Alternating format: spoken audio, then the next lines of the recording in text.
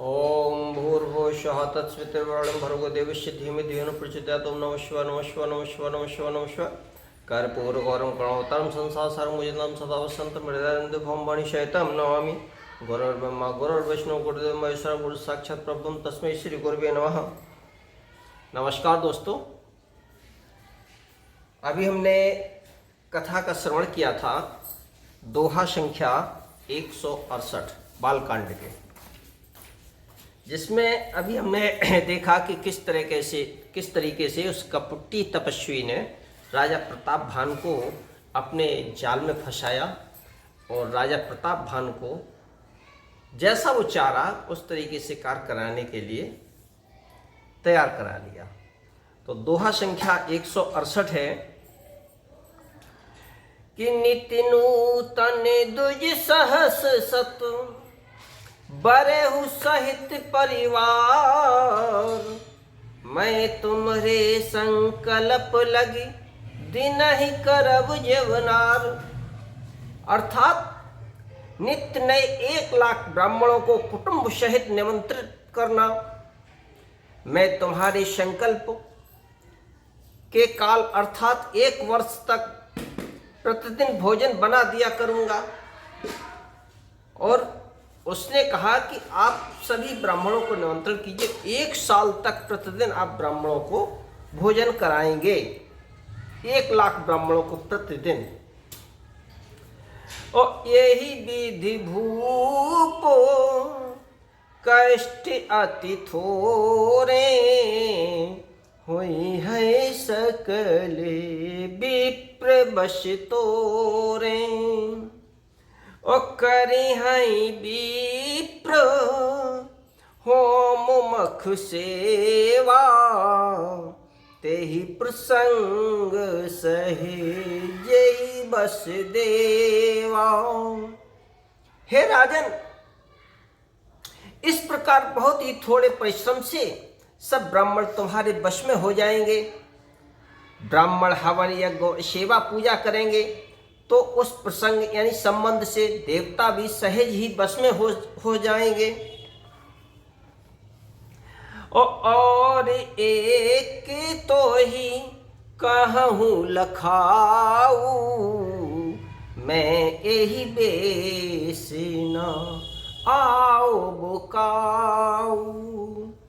और तुमरे उपरोहित कहूँ राया, हरि आना वो मैं करी निज माया। और मैं एक और पहचान तुमको बता देता हूँ कि मैं इस रूप में कभी ना आऊँगा। उसने कहा जो मेरा तपस्वी का रूप है, इस रूप में नहीं आऊँगा मैं। इसलिए अपनी पहचान बता रहा है वो कि हे राजन, मैं अपनी माया से तुम्हारे पुरोहित को हर लाऊंगा, यानी तुम्हारे पुरोहित के रूप में। और तपोबल ते ही करी आप समाना, रखियऊं इहाँ बरस परिवाना। मैं धरिताशु बेश सुन राजा, सब विधि तोरे सवार काजा। कि तप के बल से उसे अपने समान बनाकर 1 वर्ष तक वहां रखूंगा। और हे राजन सुनो, मैं उसका रूप बनाकर सब प्रकार से तुम्हारा काम सिद्ध करूंगा। यानी उसने कहा मैं अपने माया के बल से तुम्हारे पुरोहित को हर लाऊंगा और उसका वेश बना करके तुम्हारे यहाँ काम करूंगा, और वो हमारे यहाँ 1 साल तक बंदी रहेगा। ओ गए निस बहुत शयन अब कीजे, मोहितो हे भूप भेट दिन तीजे। ओ मैं तपवल तो ही तुरग समेता, पहुँचे हूँ सोवत ही निकेता। और उसने कहा हे राजन, रात बहुत बीत गई है, अब सो जाओ। आज से तीसरे दिन मुझसे तुम्हारी भेंट होगी और तब के बल से मैं घोड़े सहित तुमको सोते ही घर पहुंचा दूंगा। मैं आओ सोई बेसुधर पहचाने तब मोहि, जब एकांत बुलाई सब कथा सुनावो तो ही।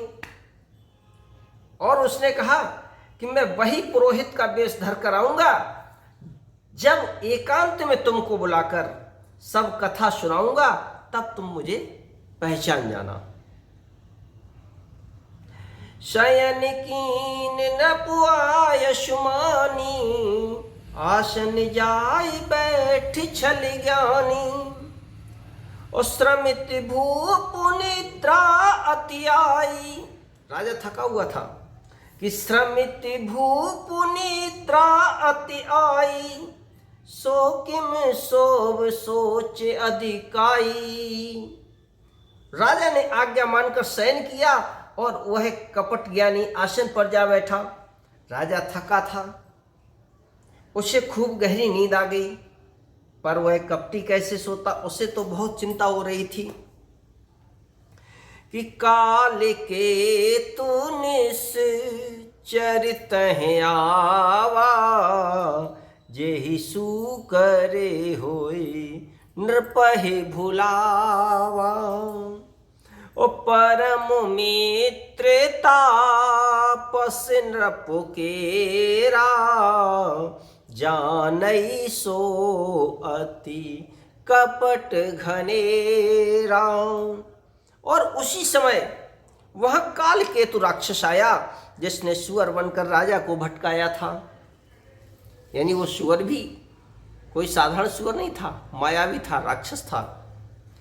वह तपस्वी राजा का बड़ा मित्र था और खूब छल प्रपंच जानता था। और तेहि के सत्य सोते अरुदश भाई, खले अति अजय देव दुखदाई। और प्रथम ही भूपो समर सब मारे, बेप्रसंत सोरे देखी दुखारे। उसके 100 पुत्र 10 भाई थे। वह बड़े ही दुष्ट, किसी से न जीते जाने वाले और देवताओं को दुख देने वाले थे। कौन? वही राक्षस कालकेतु जो सुअर के वेश में जिसने राजा को भटकाया था। ब्राह्मणों, संतों और देवताओं को दुखी देखकर राजा ने उन सबको पहले ही युद्ध में मार डाला था। ओते ही खल पाछले बयरु संभारा, तापस नृपो मिले मंत्र विचारा।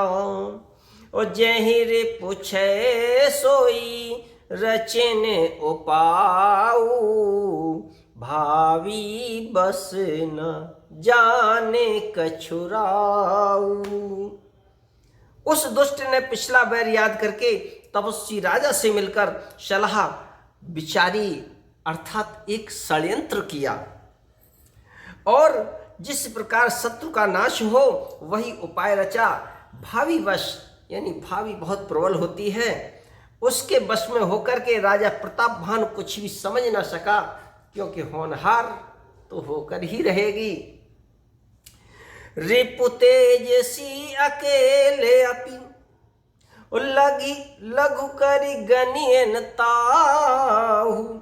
अजहु देति दुख रवि शशि, सिर अवशेषित राहु। सियावर रामचंद्र की जय। कथा विसर्जन होते हैं सुनो वीर हनुमान। राम लखन सिया जानकी सदा करो कल्याण। सियावर रामचंद्र की जय। उमापति महादेव की जय। बोले सब संतों की जय। पवन सुत हनुमान की जय। आज के आनंद की जय। हमारे सभी श्रोता बंधुओं की जय। अब मैं अपनी वाणी को यहीं विराम देता हूँ और इससे आगे की कथा अब हम अगले एपिसोड में सुनेंगे। और तब तक के लिए हम आपसे विदा मांगते हैं और एक आग्रह पुनः करेंगे, प्रतिदिन करते हैं और करते रहेंगे कि कि इस कथा का अधिक से अधिक विस्तार करें। जय श्री राम।